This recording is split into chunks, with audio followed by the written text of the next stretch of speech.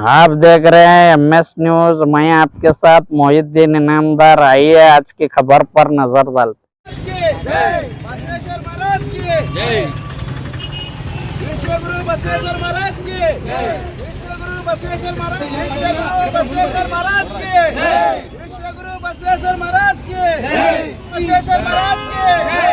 जगत ज्योति बसवेश्वर महाराज की जय। विश्वगुरु अन्न बसवಣ್ಣನವರಿಗೆ ಜಯವಾಗಲಿ। ವಿಶ್ವಗುರು ಅನ್ನ ಬಸವಣ್ಣನವರಿಗೆ ಜಯವಾಗಲಿ।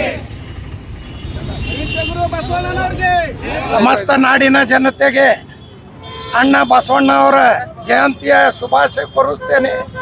ಅಣ್ಣ ಬಸವಣ್ಣವರು ಯಾವ ಹಾದಿದೊಳಗೆ ನಡಿ ಅಂದಾರೆ ಆ ಹಾದಿದೊಳಗೆ ನಾವು ಎಲ್ಲರೂ ನಡೆದ್ರೆ ಭಾಳ ಬಸವಣ್ಣವರ ಮಾತಿಗೆ ನಡೆದಂಗೆ ಆಗ್ತೈತಿ. ಎಲ್ಲರೂ ಕೂಡಿ ನಾವು ಮತ್ತೊಮ್ಮೆ ಅಣ್ಣ ಬಸವಣ್ಣವರ ಜಯಂತಿಯ ಶುಭಾಶಯಗಳು. ನಾಡಿನ ಜನತೆಗೆ ಜಗದ್ಗುರು ಅಣ್ಣ ಬಸವೇಶ್ವರ ಮಹಾರಾಜ್ ಜಯಂತಿ ಅಂಗವಾಗಿ ತಮ್ಮೆಲ್ಲರಿಗೂ ಶುಭಾಶಯಗಳು ಹೇಳ್ತಾ, ಇವತ್ತಿನ ದಿವಸ ನಮ್ಮ ಭಾಗದಲ್ಲಿ ಶ್ರೀ ಬಸವೇಶ್ವರ ಮಹಾರಾಜವರು ಮಾಡಿದಂಥ ಆ ದಾರಿಯೊಳಗೆ ನಾವು ನಡೆದು ಅಂದರೆ ನಮ್ಮ ಜೀವನ ಸಫಲ ಆಗತ್ತೆ. ನಾವೆಲ್ಲರೂ ಕೂಡಿ ಈ ಏನು ಅಣ್ಣ ಬಸವೇಶ್ವರ ಮಹಾರಾಜವರು ಹೇಳಿದ್ದಾರೆ ಅದರ ಪ್ರಕಾರ ನಾವು ಎಲ್ಲ ಧರ್ಮೀಯರು ನಾವು ಒಕ್ಕಟ್ಟಾಗಿ ಒಂದಾಗಿ ಈ ಆಚರಣೆ ಮಾಡೋಣ. ಅವ್ರು ಹೇಳಿದ ಮಾತಿಗೆ ನಾವು ಮಾತ ಪ್ರಕಾರ ನಡೆದಕಿಸಿ ಮುಂದುವರ್ಸೋಣ ಅಂತ ತಮ್ಮೆಲ್ಲರಿಗೆ ಮತ್ತೊಮ್ಮೆ ಹೇಳಿ ತಮ್ಮೆಲ್ಲರಿಗೂ ಮತ್ತೊಮ್ಮೆ ಈ ಬಸವ ಜಯಂತಿದ ಶುಭಾಶಯಗಳು ಹೇಳ್ತಾ, ನಾನು ಅಬ್ದುಲ್ ರಜಾಕ್ ಹೊರ್ತಿ, ಮಾಜಿ ಮಹಾನಗರ ಪಾಲಿಕೆ ಸದಸ್ಯ, ವಿಜಯಪುರ.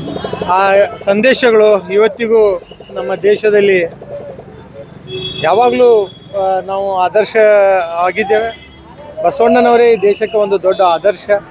ಅವರ ಜಯಂತಿಯಿಂದ ಅವರ ಎಲ್ಲ ವಚನದ ಮುಖಾಂತರ ಅವು ಎಲ್ಲ ಸಮಾಜದಲ್ಲಿ ಭಾವೈಕ್ಯತೆ, ಪ್ರೀತಿ, ವಿಶ್ವಾಸ ಮತ್ತು ಶಾಂತಿ ಮೂಡಿಸೋ ಕೆಲಸ ಅವರು ಮಾಡಿದ್ದಾರೆ.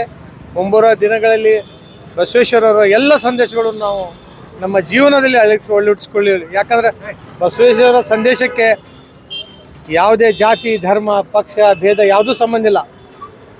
ಅವ್ರದ್ದು ತತ್ವಗಳು ಅವ್ರು ಏನು ನಮ್ಗೆ ಹೇಳೋಗಾರ ಅವೆಲ್ಲ ಸಮಾಜದವರು ಅಕ್ಸೆಪ್ಟ್ ಮಾಡುವಂಥ ಕೆಲಸಗಳು.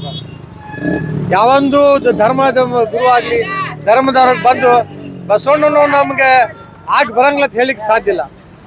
ಅದಕ್ಕಾಗಿಯೇ ಕರ್ನಾಟಕ ಸರ್ಕಾರ ನಮ್ಮ ಬಸವಣ್ಣನವರಿಗೆ ಒಂದು ಯುಗ ಪುರುಷ, ನಮ್ಮ ಮಾದರಿ ಪುರುಷ, ಮಾಡೆಲ್ ಪರ್ಸನಾಲಿಟಿ ಅಂತ ಮಾಡಿದ್ದಾರೆ.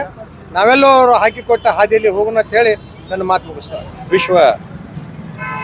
ವಿಶ್ವ ಜಗದ್ಗುರು ಅಣ್ಣ ಬಸವಣ್ಣನವರ ಜಯಂತಿ ಅಂಗವಾಗಿ ಇಂದು ವಿಜಯಪುರ ನಗರದಲ್ಲಿ ಅವರ ಮೂರ್ತಿಗೆ ನಾವು ಎಲ್ಲ ಮುಖಂಡರು ಸೇರಿ ಮಾಲಾರ್ಪಣೆ ಮಾಡುವ ಮುಖಾಂತರ ಅವ್ರಿಗೆ ನಾವು ಜಯಂತಿಯನ್ನು ಆಚರಿಸಿದ್ದೀವಿ. 12ನೇ ಶತಮಾನದಲ್ಲಿ ನಮ್ಮ ಅಣ್ಣ ಬಸವಣ್ಣನವರೇ ನಮ್ಗೆ ಮಾರ್ಗದರ್ಶನ ಹಾಕಿಕೊಟ್ಟಿದ್ರು.